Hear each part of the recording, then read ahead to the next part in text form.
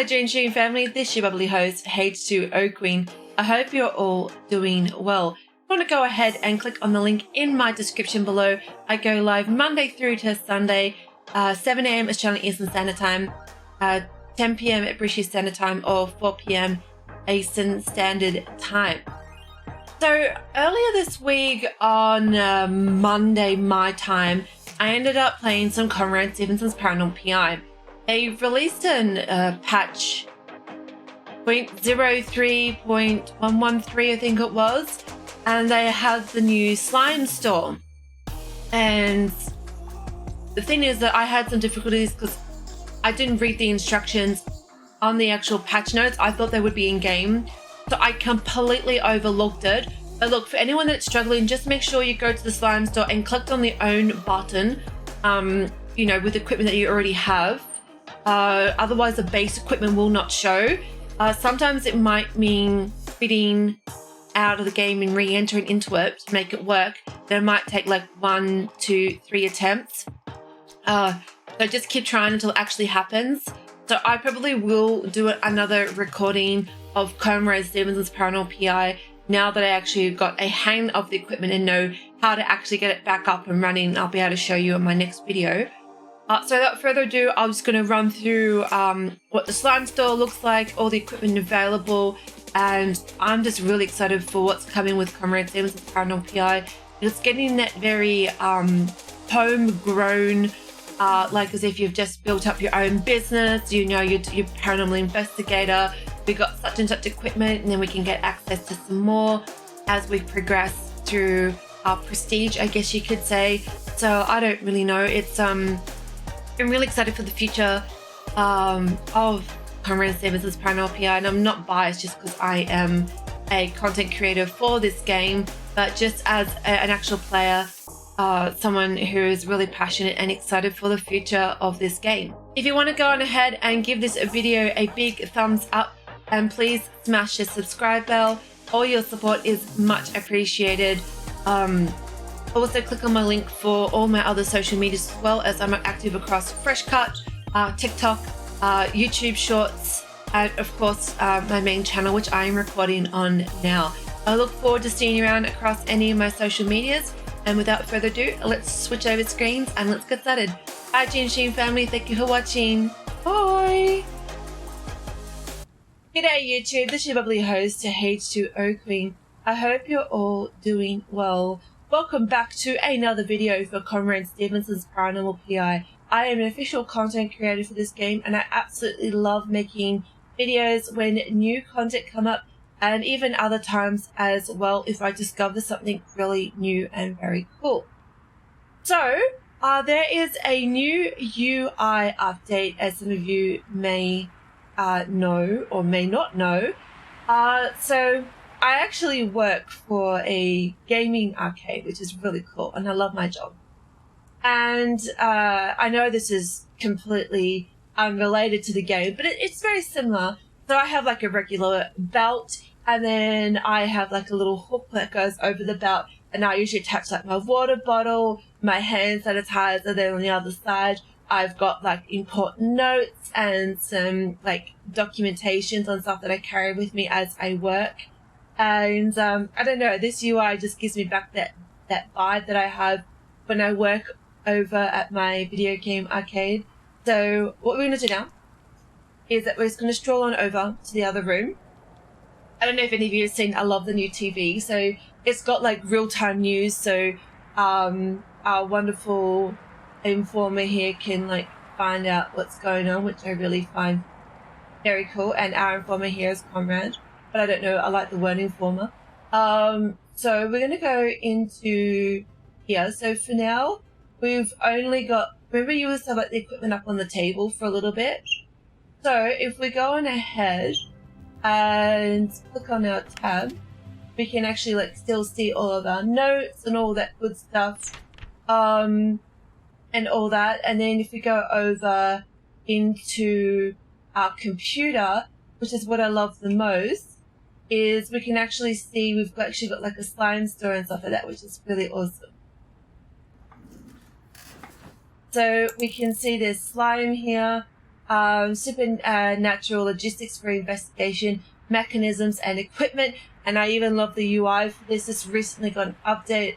So you can see like all your EMF devices.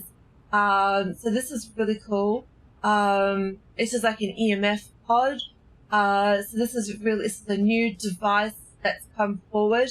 So I'm really excited to see what it's going to be like. So now as we investigate cases, rather than equipment just being given to us default like it was, so we used to have like the EMF, the video camera, of course we had the thermo, and also, what else was it that we had?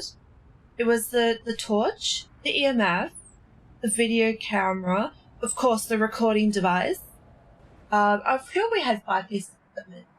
I'm not sure, but hey, if anyone in my comments knows, do let me know. So we're only going to have one flashlight, which is fine. Let's go back into the store, my apologies. Light gear. So, this is a laser pen, which is actually brand new. I don't think we've had that yet. So it says laser pen mounted on a miniature tripod, which enables a steady placement on many surfaces. The laser grid displays an array of green dots over a limited coverage distance. The laser produces quite a bit of energy, and some investigators have mentioned that ghosts at times manipulate the device to facilitate manifestation. While technically not a ghost hunting device, investigators have been known to use the pen to supplement their investigations in very intuitive ways. Please refrain from pointing at the eyes. This could permanent visual damage. I love the little safety information. Nice little touch there. Then we go into our EMF devices, which we already own by default. Makes sense. And then, of course, there's the EMF pod, a short-range portable device for extra investigative coverage. The technology is based on the mystical instrument called a thermometer. The closer a person or a ghost gets to the device, the more it reacts. Compared to its EMF meter counterpart, the pod emits its own electromagnetic field rather than detecting it. With its 360-degree coverage, the pod will trigger lights to eliminate while an accompanying alarm will sound if the field around it shifts. Just turn it on, maneuver it through the area in question, or place it down and listen out for a response to change in its environment. As the device has emitted its own EMF field, it's hard to discern evidence from the surrounding area. It's recommended to use an EMF meter to find the origin more precisely. I genuinely really like this because it actually, allows the milligauge meter and the EMF pod to actually work together. So as we know, this is like a detector. So this is like its own frequency and emits out an EMF. If anyone is familiar, like, what was the word? I will think of it. Sonar frequency, like what bats use, for example. So it works like the same. So they give out like a sonar frequency and it will bounce back to them, allowing them to detect where they need to go. And all that good stuff. So I guess the EMF works out the same. So like it bounces out waves and it will go back to the ghost, and then the ghost can react to that rather than waiting for the ghost to emit something that it may never do. So that's a really good way to look at it. And it just eliminates any technicalities that might come from using that device. So this is our thermal sensor I was just talking about. That also comes with this default, which I really like. And then here's the parabolic mic, which is brand new. Originally used as a spy tool or for bird watching, this microphone enhances sounds from long distances. A custom audio monitoring device features a parabolic sound dish, microphone, and a viewfinding monocular.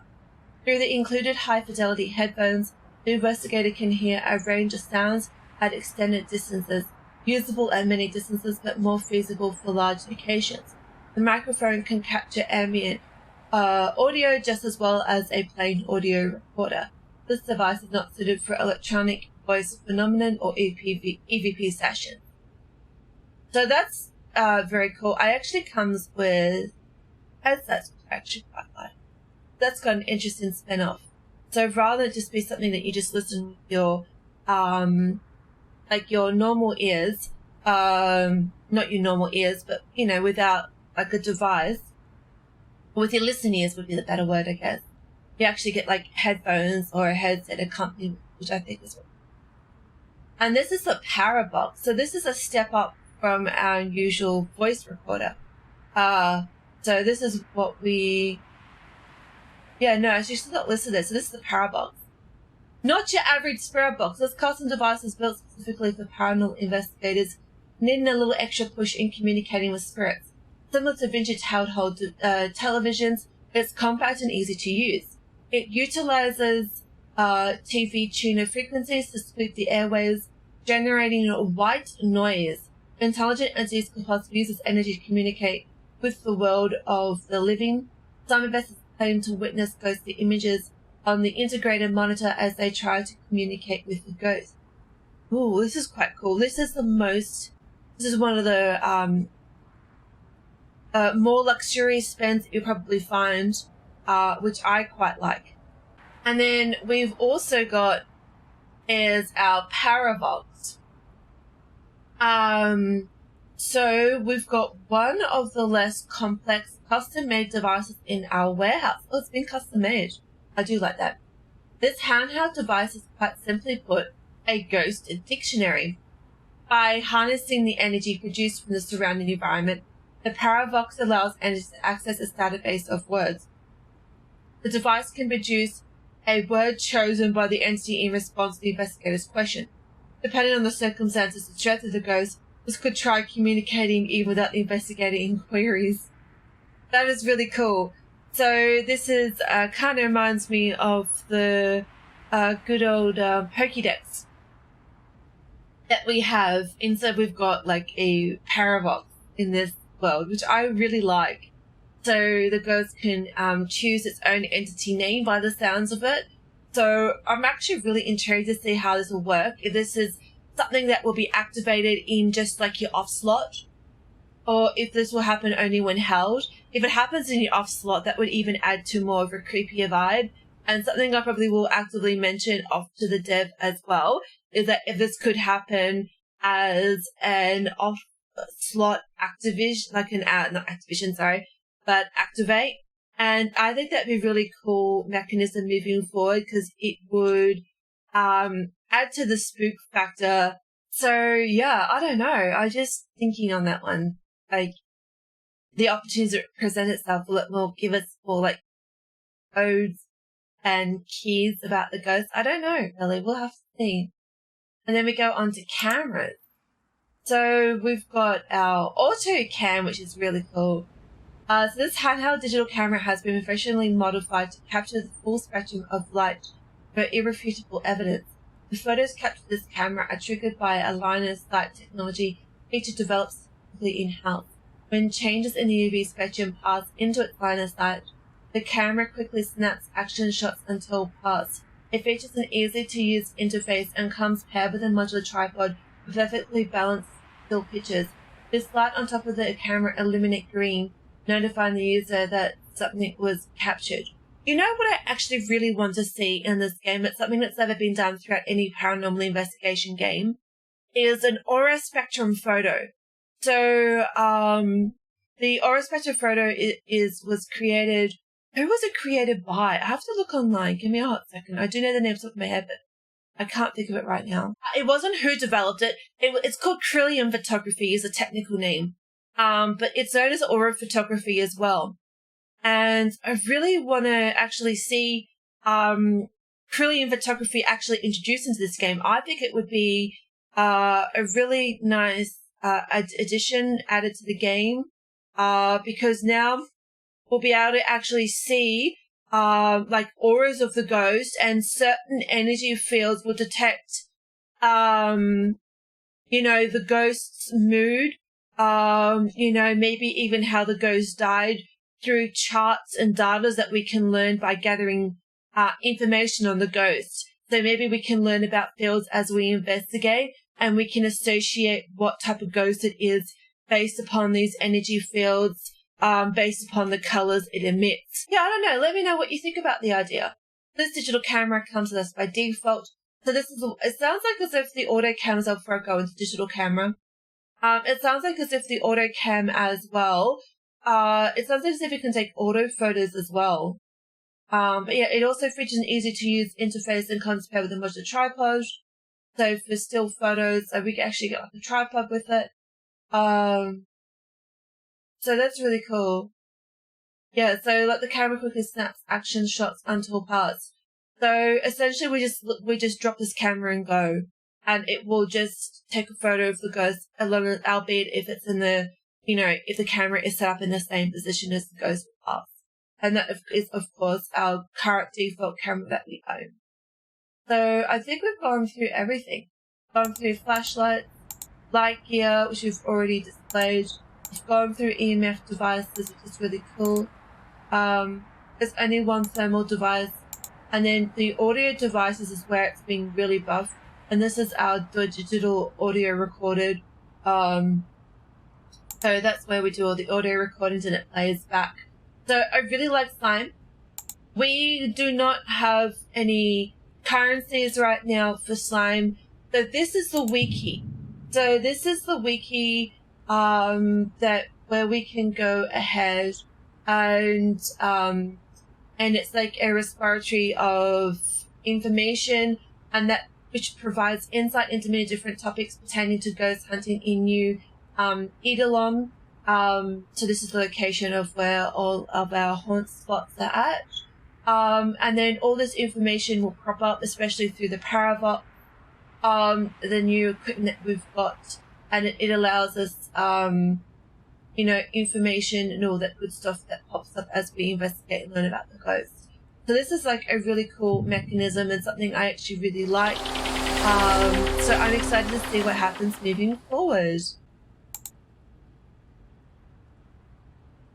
Alright, lovelies. So we've just clicked out of the screen. And as we can see, we've got welcome to Haunted New Edelon Wiki. So we've got recent investigations at the church on Spruce Street, which I find is really cool. So I like that a lot. We've got locations. So this is the church on Spruce Street. I really like it. Like they've taken like, I know it's supposed to be in-game, but it almost looks like real-world photos. And I really like the way this is being presented. I think it's really cool. And it's got like information about like the groundskeeper residence, so you actually know what you're going into before you just investigate, which is really awesome. And then we've got our residual ghosts, our intelligent ghosts, our poltergeists, and of course our demons, which is, they are very scary in this game. And then this tells you all about demonology, and this is something that's actually been a new addition to the wiki, which I really love. So among many religions and beliefs, there is a story of end times. These shared stories attribute the catastrophes of the world to be brought about by the people of the world. However, the major drive of this world destruction is far greater than more humanity. The evil that lurks and manipulates these events are said to be a hierarchy of demons. At the very top of this echelon are powerful deities summoned from godly souls to rule part of the world. They are the four horsemen. So these demons that invade our world are a lesser power, since the aforementioned greater demons have no time for small pursuits. Horsemen and their cohorts disturb the ethereal plane and try to gain a foothold into our physical plane of existence. They are deeply rooted in their own plane and portray attributes by their power of origin. It is speculated these demons may have weaknesses comparable to their opposing attributes. Additionally, investigators have not been able to specifically identify how they are able to invade our plane. So that is really cool. I like that. So it's in like an air of mystery.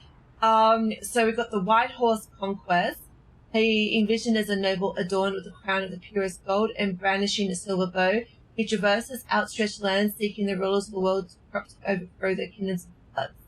So this is the lesser demon's wind, and we've got wind, fire, earth, and shadow, which I quite like. So then we've got fire is war, taste for blood and chaos. Chaos horse is famine, a peddler of medicine. He does not heal anyone. His scales are gluttony. So it's almost like the 7 deadly sins. And we've got the black horse is death. Death incarnate. She ventures abroad seeking the old and dying while increasing despair. Her presence siphons the wills of the greatest men. Her sight is the final judgment which cuts the swath in her path, following the judgments of her brethren. So this is really cool. I like this new addition to the demonology. It's like as if it's just accruing like throughout our time, and it's like as if Conrad is being able to find more information based upon the investigations that he does, which I think is a really cool element. And then this gives us a tutorial about how each of the equipment works, and I think that's really cool since we've had a new addition of equipment such as the laser pen, the Paravox especially, as well as the EMF pod, which is probably going to take a little bit to get used to. Alright, so here we go. We're going to go into we're going to log off from the PC. We are at this time are not able to buy any new equipment, which I'm totally okay with. Again, they need to really fix the shadowing. I actually am probably going to make a suggestion to Kep that the shadowing on the notebook never gets touched. I think at all times it should not be affected by shadowing. So what we're going to do moving forward is that we're just going to leave it as an equipment run for now. And I just wanted to be able to show you that. So I do recommend for anyone here, start off with Evergreen Lane. It's a really good map to go to, maybe even Polk Street. And then you can work your way up to going on to the church on Bruce Street as well. Like I said, there's only 3 maps that I know of right now that are apparently active. I know Oak should be as well. So, I don't understand why that one's unavailable. I'm sure we used to have Oak Street available at one point, but that's alright. There's only 3 maps for now.